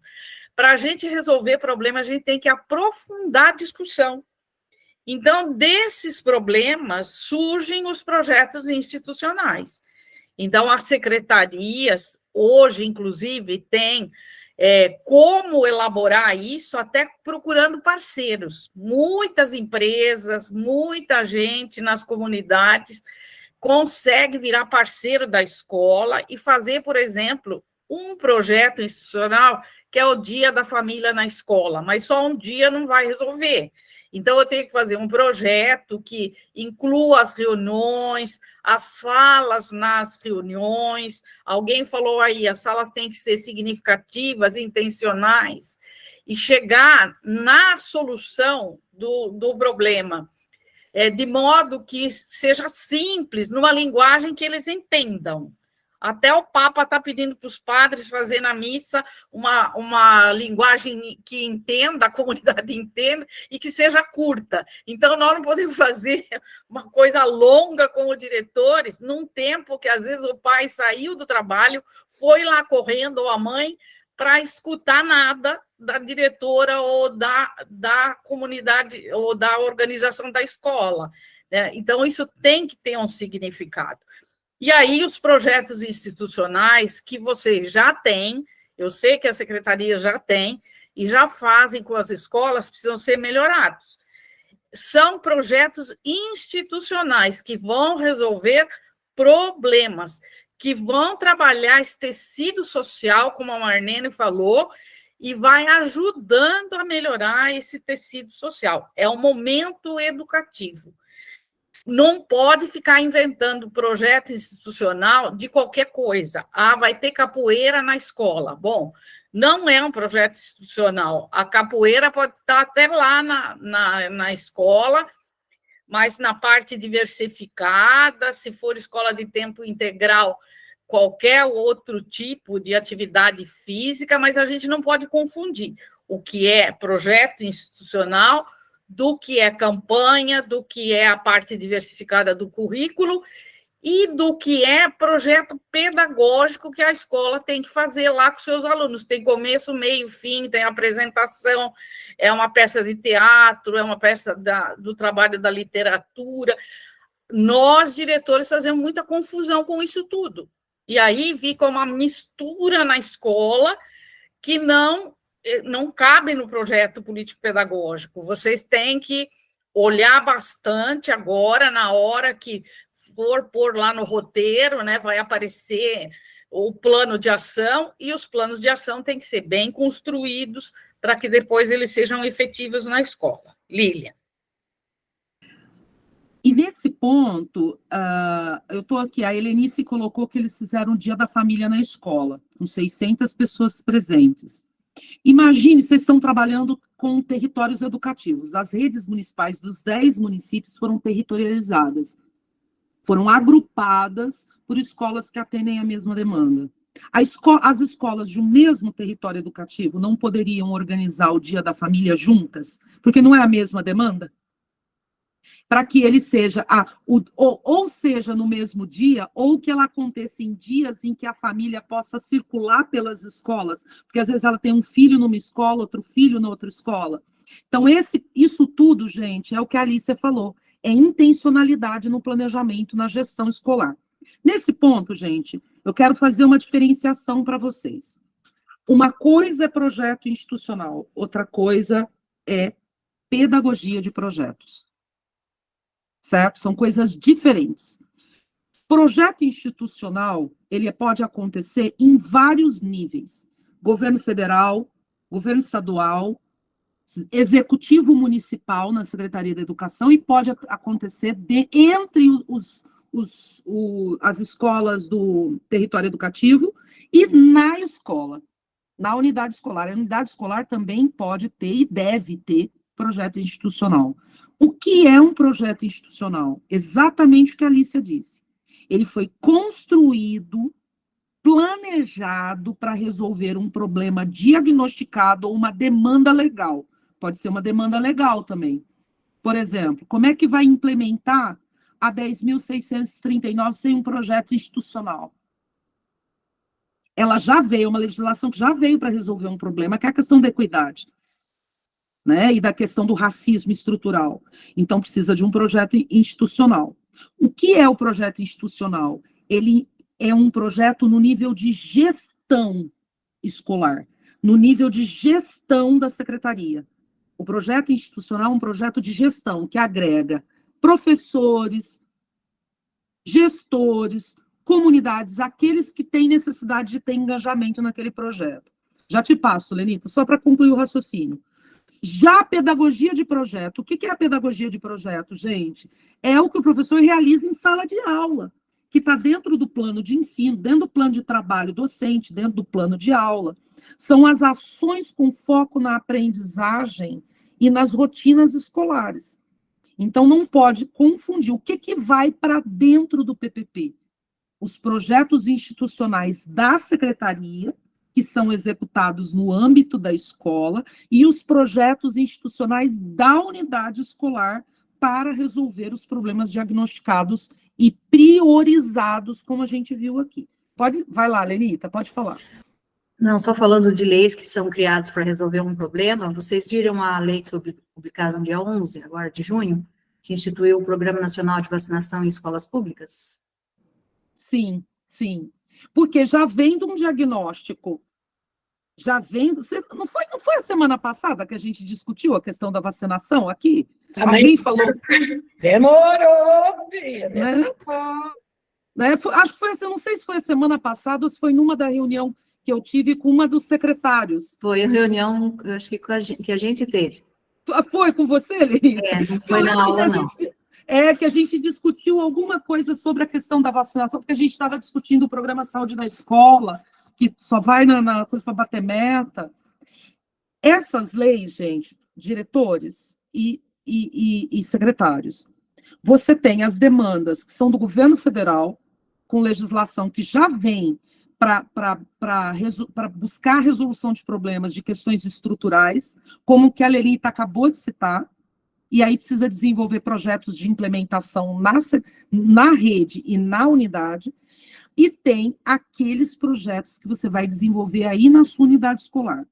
Para isso, é legal você avaliar quais os projetos que você tem na escola no teu PPP. Como é que a gente faz isso? Vou dar um exemplo aqui para vocês. Eu construí para vocês um roteiro, tá? Vamos fazer uma brincadeira, um roteiro. Aqui. Pega na tua mão aí um projeto que acontece na tua escola ou na tua secretaria. Tenha isso em mente aí, um projeto que acontece na tua escola ou na tua secretaria. Você vai avaliar se esse projeto ele dá conta dos problemas que foram diagnosticados agora. O objetivo dessa trilha é, no final, decidir se ele vai ou não para o PPP. Porque um projeto institucional, quando vai para o PPP, ele vira um projeto institucional, que tem que ter monitoramento. Então, não é assim, alguém tira um projeto, eu brinco assim, alguém tira um projeto do nada, aí você pergunta para ele, de onde veio essa ideia do seu projeto? Ele fala, vozes da minha cabeça. Não pode, gente. Qual a ideia? Vozes da minha cabeça. Não. O projeto nasce de uma demanda. Tudo isso que a gente está discutindo até agora é entender a demanda do projeto. Você tem que ter evidências. Lembra da gestão de evidências? Então, o primeiro passo que vocês vão se perguntar para avaliar um projeto. O projeto está alinhado às prioridades da escola ou às demandas da comunidade? Tem diagnóstico? Tem priorização? Não. Não está alinhado. Descontinua o projeto. Mesmo que seja um projeto antigo, que você tem o maior apego nele, se ele não responde mais às demandas e às prioridades da escola ou da secretaria, não, descontinua. O que é descontinuar o projeto, gente? Parar, tirar ele do PPP, tirar ele do projeto, do planejamento estratégico. Ele está alinhado? Então segue em frente. Segue em frente. Próxima pergunta que você vai fazer para o teu projeto. As ações têm embasamento teórico? Nós temos que ser professores pesquisadores, gestores pesquisadores. A gente tem muita produção científica com estudo de caso do que dá certo e que não dá certo. Então, tem que levantar. Ele tem embasamento teórico? Ah, não, eu sonhei essa noite, tive uma intuição, foi baseado nessa intuição. Não, não pode. A educação, ela precisa ser científica. Tá? Tem muita produção científica sobre educação, então a gente precisa buscar referência. Então, você vai perguntar para quem está propondo o projeto institucional. Foi até uma discussão que nós tivemos também com a Lenita essa semana, né? Parece que você estava adivinhando, Lenita. Você vai perguntar, você buscou embasamento teórico? Não, então encaminha, fala, vai buscar referência, estudar primeiro, depois me apresenta alguma coisa mais sólida. Tem embasamento teórico? Vamos para o próximo passo. Houve adequação ao público-alvo? Para quem é o projeto? É para os pais? É para o entorno da escola? É para os professores? É para os funcionários? Para quem que é? Quem é o beneficiário do projeto? Ah, eu não sei quem é. Então, volta, vai reformular o projeto. Então, aqui, ó, não, vai reformular. Ah, eu sei exatamente qual é o público. Segue em frente. O teu projeto tem metas para serem monitorados, porque projeto que não tem meta não tem como monitorar. E se não tem como monitorar, a literatura indica que entre 40% a 70% do que não é monitorado ou não é realizado ou é realizado com baixa qualidade. Então, não tem metas? Ou você descontinua o projeto ou manda reformular o projeto. Eu preciso de metas. Tenho metas e os metas estão dentro do alcance. Vamos em frente, vamos seguir. A equipe foi engajada? aderiu à iniciativa ou criou o projeto sozinho, fechado dentro de uma sala, não participou ninguém do projeto? Não, eu não engajei a equipe.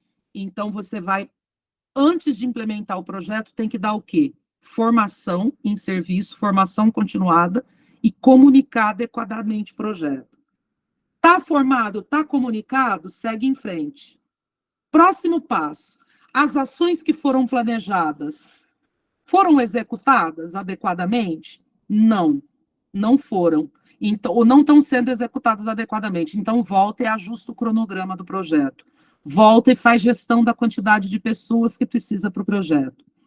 Ajustou as ações? Segue em frente. Vamos para o 7º passo. O teu projeto está tendo impacto, gente? Eu faço um projeto maravilhoso de equidade. E tem 3 anos o projeto não teve impacto na melhoria da desigualdade, na diminuição das desigualdades educacionais. Projeto sem impacto, gente, é gastar dinheiro à toa. Projeto precisa impactar onde? Na oferta de educação de qualidade inclusiva com equidade, na idade certa. Se não tiver esse impacto, nós temos que rever as ações e buscar fazer uma causa, aplicar uma árvore de problemas aí e buscar as causas raízes dessa falta de impacto. Terminou? Tem tudo isso? Não, ainda falta perguntar. Vocês estão fazendo diagnóstico, não estão? Eu fiz o diagnóstico, eu tenho um projeto aqui na secretaria ou na escola, mas o diagnóstico mostrou que eu tenho uma outra prioridade e eu tenho dinheiro só para um projeto. O que eu faço? Surgiu novas demandas, discute novos projetos e define, de fato, quais são os projetos que serão incluídos no PPP.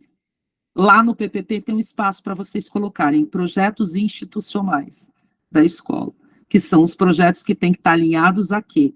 Às prioridades, às demandas e aos problemas diagnosticados. A partir de então, você vai avaliar periodicamente o teu projeto, vai avaliar se o projeto é parte da cultura escolar, se você precisa reimplantar ações do projeto, para finalmente ele integralizar o PPP. Nós fizemos para vocês essa trilha de avaliação de projetos, ela está no e-book também, tá, gente? Que é para ajudar vocês um pouquinho a pensar os projetos que vão ser inseridos aí no projeto político-pedagógico. Eu quero dar uma olhada agora que algumas diretoras colocaram alguns comentários no chat que eu quero falar antes de passar para frente, que agora eu já vou começar uma finalização aqui da aula. Porque tem coisa muito interessante no chat, ó. A creche Escola Olímpio Garcia disse que realmente pautas muito longas em reunião faz com que famílias deixem de participar nas próximas. Diretora da creche, além da pauta muito longa, eu costumo dizer que reunião sem deliberação é encontro de comadre. Tá? Encontro de comadre. Quando eu saio para tomar café com as minhas amigas, eu não preciso ter deliberação no final do meu café, porque foi um encontro de amigas. Mas no final de uma reunião, a gente precisa desenvolver o hábito de, ok, vamos resumir a reunião de hoje, definir as responsabilidades e acertar as deliberações? Quem faz o quê e quando? Reunião sem deliberação final. Quando você vê uma ata de reunião que terminou assim, debate sobre os problemas da escola, e fica igual o grilo, cri, cri, cri, cri, cri. No resto, você não vê na ata. Deliberou o quê? O que vai fazer com isso? Vai marcar uma próxima reunião? Vai aprofundar o assunto? Alguém vai levantar? Não tem uma deliberação na ata. Então, me desculpe, não foi reunião, foi encontro de comadre. Ou, pior ainda, reunião que poderia ter sido resolvida por e-mail. O que é a reunião que poderia ter sido resolvida por e-mail? Aquela que você chama o pai só para informar. Pai, eu quero te informar disso, te informar daquilo, te informar daquilo outro, te informar daquilo outro. Se era para informar, podia ter feito um e-mail, mandado por WhatsApp, né? Você chama uma reunião para reunir, para discutir, para deliberar. Alguém, estou vendo um monte de gente balançar a cabeça. Quanta gente aqui já foi em reunião que você sentou e ficou só escutando? Só escutando. Só sendo informado. Aí você fala assim, pô, gastei 1h30 numa reunião que o cara podia ter me mandado um ofício. Né? Podia ter me mandado um ofício. Pensem nisso. Reunião, gente, tem que ser engajadora, deliberativa, consultiva, debatedora, tá? Senão ela não tem função de ser, tá? E aí nos poupa muito tempo. A gente tem que fazer gestão do nosso tempo. A carta de intenções eu já li. A Maria Manuela Garrote diz que realizam pautas menores em 2 horários, ou seja, se temos 2 períodos, um período com início às 18 e outras 19. Excelente estratégia para pai que trabalha. A gente foi visitar uma cidade, Limoeiro, na Paraíba, que desenvolveu um projeto chamado Curujão. O Curujão era tanto projeto para a saúde, como um projeto para a educação. Eram pais que trabalhavam em períodos muito diferentes, e aí eles só tinham tempo muito tarde. Para vocês terem uma noção, tinha reunião marcada para 10 horas da noite. E tinha público, chamava Curujão, mas veja, é um atendimento a uma demanda da comunidade deles, específica deles.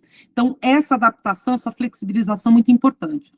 O grupo tem a finalidade de orientação para as famílias. Tem um grupo de WhatsApp, a Marinês coloca, que temos pais e fazemos um trabalho de orientação, como, por exemplo, slides ou vídeos sobre como lidar com a situação da birra, as orientações para cuidados de higiene, prevenir quando proliferação de piolho. Gente, o grupo de WhatsApp ajuda muito, só tem que ter regra em grupo de WhatsApp, para não virar aquela corrente de bom dia, boa tarde, boa noite, todo dia, que ninguém merece, né? Mas o grupo de WhatsApp é muito eficiente. O grupo tem a finalidade de orientar as famílias e também iremos colocar o que vamos trabalhar com as crianças durante a semana. Usa o WhatsApp para discutir o PPP, então, também, Marinês. Já aproveita esse WhatsApp que você tem bom aí e já discute o PPP. A Helenice, temos também um projeto de leitura da família na escola, na educação infantil. Os pais estão amando e as crianças ainda mais. Nossa, tudo sugestão da educação infantil, hein, gente? Tudo. Nós temos que ter mais ideias no ensino fundamental também, ideias boas. Começa por aí. Isso. Bom, vamos finalizar aqui, então. Agora, próximas etapas, gente. Próximas etapas.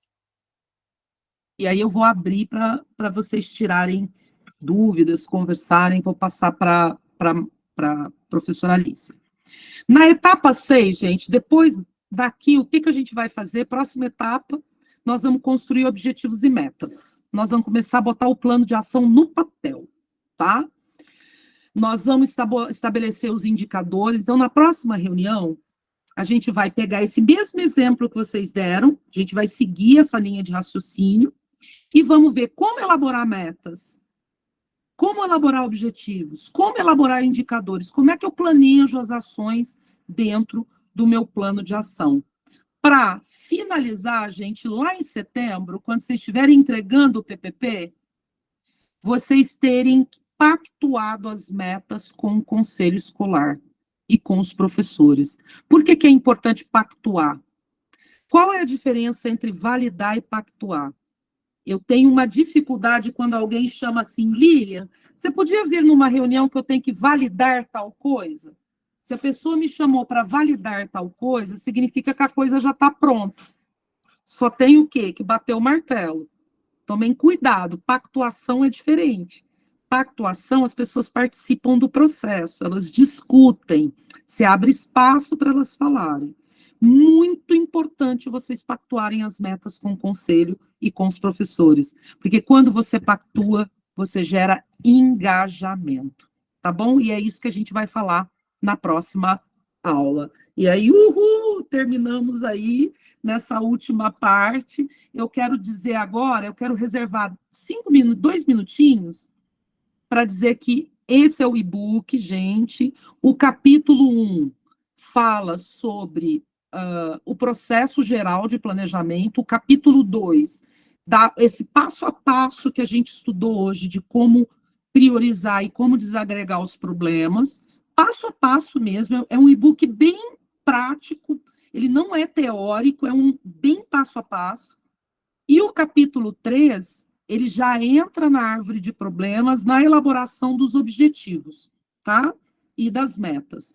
Do plano, da avaliação do projeto institucional, ele seria em agosto, tá? No e-book do monitoramento e avaliação que a gente vai disponibilizar na semana que vem para vocês, que é de agosto. Mas eu quis puxar para essa aula para antecipar, para vocês terem tempo de pensar isso com antecedência, tá? E aí eu finalizo com um presente para vocês.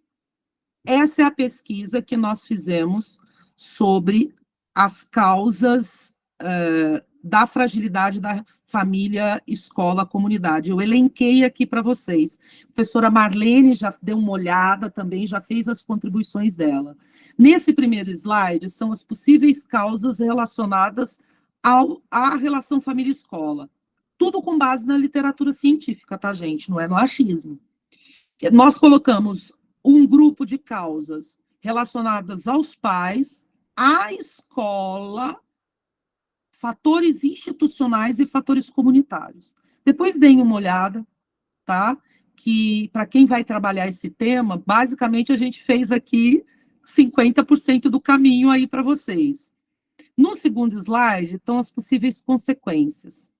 Desempenho, no âmbito do desempenho escolar, no âmbito do comportamento e disciplina, no âmbito do desenvolvimento socioemocional e saúde mental. E aqui a gente fez algumas sugestões baseadas na literatura científica de estratégias, tá bom? E aqui a bibliografia para quem quiser aprofundar.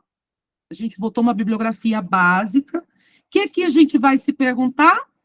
Se for causa, quais as causas que eu vou tratar no meu plano de ação? Consigo tratar todas no meu plano de ação? Tenho dinheiro e gente para tratar todas essas causas? Com certeza não, né, gente?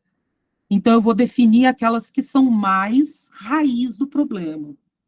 Quais consequências eu preciso planejar, mitigar os impactos? Vamos focar na função social da escola, né? Aquelas principalmente ligadas a quê? A aprendizagem, evasão permanente, acesso, permanência e sucesso. E aprendizagem na idade certa. Mas a gente não pode deixar de levar em consideração aquelas que são relacionadas à socioemocional, porque a gente está falando de desenvolvimento integral do aluno. Né? E o desenvolvimento integral do aluno é tudo isso daqui. E, por fim, quais soluções eu posso construir que são factíveis na minha escola? Essas perguntas são importantes para que vocês tenham um bom plano de ação. Tá bom? Agora, alguém perguntou... A Virgínia perguntou... Ah, Virgínia, obrigada por você ter amado o encontro. Né? E a fala da Marlene é sempre... Pô, a Marlene é sensacional, né? Marlene trabalha com família e escola há 30 anos, mas só que eu entreguei sua idade, né, Marlene? Eu vou te falar, sabe, gente, a gente tem que prestar atenção em quem a gente faz amizade, tá? É um conselho muito importante. Porque agora que eu sou vó, meu marido falou assim, agora eu vou ter que dormir com a avó. Então, assim, então agora a amiga fala isso. Hoje eu vou precisar de uma psicóloga, com certeza. Muito bom, gente. Eu precisar de mim, estou à disposição, sabe? Porque eu sempre acho que a união faz a força. E quanto mais a gente está assim, a gente está perdendo a força. É só isso. Lília, a pergunta é onde estão os PowerPoints? A gente pode disponibilizar? Gente, Maria da Conceição perguntou, pessoal, onde está todo o material? No Google Sala de Aula. Se vocês abrirem o Google Sala de Aula, tá tudo assim, módulo... Gente, sou professora, tem 40 anos fazendo plano de formação, então tem que ter lá módulo 1, módulo 2, módulo 3, aula 1, aula 2, aula 3, material complementar, material didático. Onde ficam os PowerPoints e as gravações da aula? Dentro do módulo, onde está escrito material complementar, você abre lá, vai ter todos os PowerPoints, todas as gravações de aula, e no material didático tem o e-book, tá? Mas nós podemos também compartilhar, viu, Sandra? A Sandra é defensora de vocês. Ela fala assim, Lilian, eu não posso mandar o PowerPoint direto no WhatsApp eu bem que tento, viu, meninas? Eu bem que tento. Ela fica assim, Lilian, deixa eu disponibilizar o link da gravação e o PowerPoint direto no WhatsApp. Eu falo assim, Sandra, compartilha o link do Google Sala de Aula, porque eles precisam entrar lá e ver os outros. Aí então, assim, vamos compartilhar o link do Google Sala de Aula para vocês abrirem lá e baixarem o material. Porque senão vocês não entram, gente. A gente faz o negócio tudo organizadinho lá. Esses 3 slides finais da pesquisa também estão lá, né? Que o pessoal gostou, é isso. E Sandra, do que, Sandra? Esses 3 slides finais da pesquisa que você mostrou, eles estão lá também, né? Estão lá, eu botei ele no final, gente, do slide, eu botei como anexo, porque não é o tema da aula, né? Mas como é o assunto do problema que foi priorizado para a gente discutir como exemplo, já que a gente já pesquisou, falei, vou disponibilizar para elas, porque quem é que não tem esse problema por aí, né? Nos 10 municípios. Já que ganhou, vou disponibilizar, porque vocês já dão aí um passo na discussão dos planos de vocês, quem for abordar esse tema na escola, quem for fazer um projeto institucional bem legal. Gente, já que é um problema da maioria, vamos pensar projetos institucionais em nível de rede. Nível de rede. E aí, com ações integradas nos territórios, reunindo as escolas dos territórios. Precisa, como a Marlene falou, tem que ser junto, porque não é uma questão de uma única escola, ou de a questão social. Aí, Sandra, estão te agradecendo pela defesa. Ela é a defensora dos oprimidos, viu, gente? Que ela fica me pedindo. Deixa eu mandar. Não, Sandra, no Google Sala de Aula, por favor. A gente manda assim. Gente, faltam 5 minutos. Alguém quer comentar? O microfone está aberto. Marcela, pode levantar, pode falar. Então, a gente falou bastante da comunidade, né? Que não participa, tal, enfim. Mas também eu acho assim, o perfil do professor também tem mudado bastante. O interesse do professor em passar as coisas para os pais, como que o pai vai vir para a escola, vai participar, se o professor pega aquele professor que só fala mal da criança, assim, sabe, essas coisas. Então, é um tema bem complexo mesmo, a gente tem que pensar bastante a respeito disso.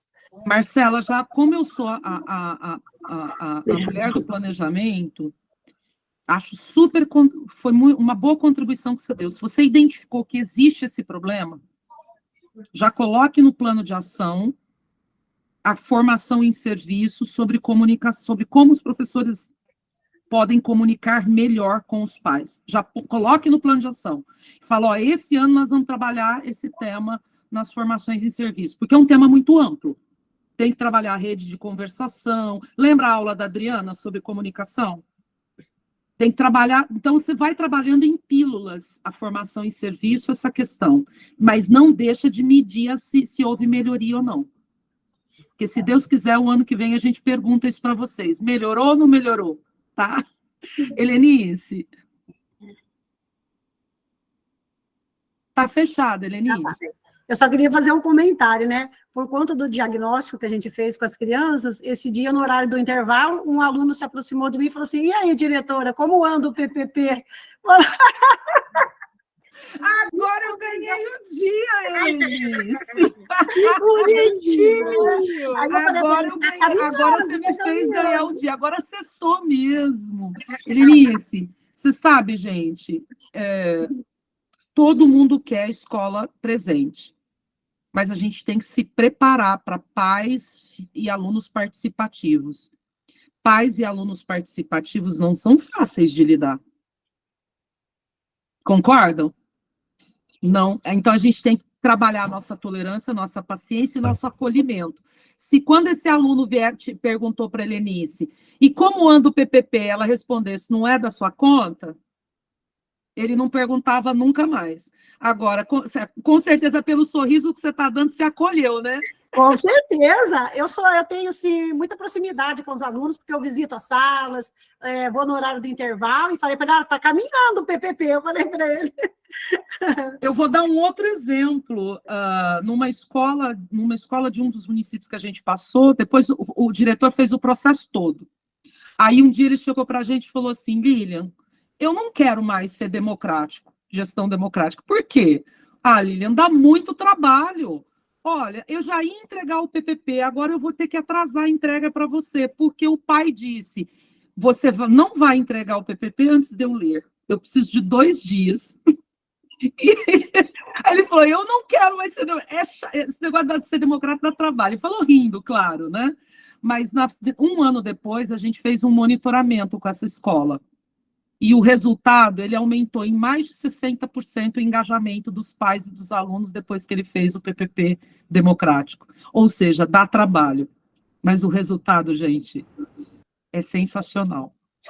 Nós temos que repensar agora a gestão democrática, porque pipocando o projeto de privatização das escolas, vai a nossa gestão democrática, estou vendo que vai para o espaço. Verdade, Silene. Tem que pensar essa consolidação mesmo, Silene, é isso mesmo. Você falou uma coisa importantíssima, né? Estamos vendo o processo contrário invadindo, né, na questão política, e sabe lá onde isso vai parar. Então, temos que ter, né, bastante atenção aí para discutir essas coisas.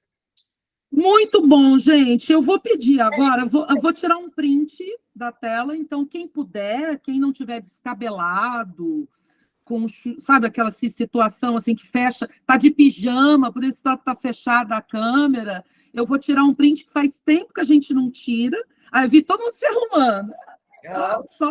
Só no arrumando cabelinho e tal. Para aparecer todo mundo. Vamos lá? Vou avisar, tá? 1, 2, 3 e X! Aê! Eu mando para vocês depois. Gente, sextou.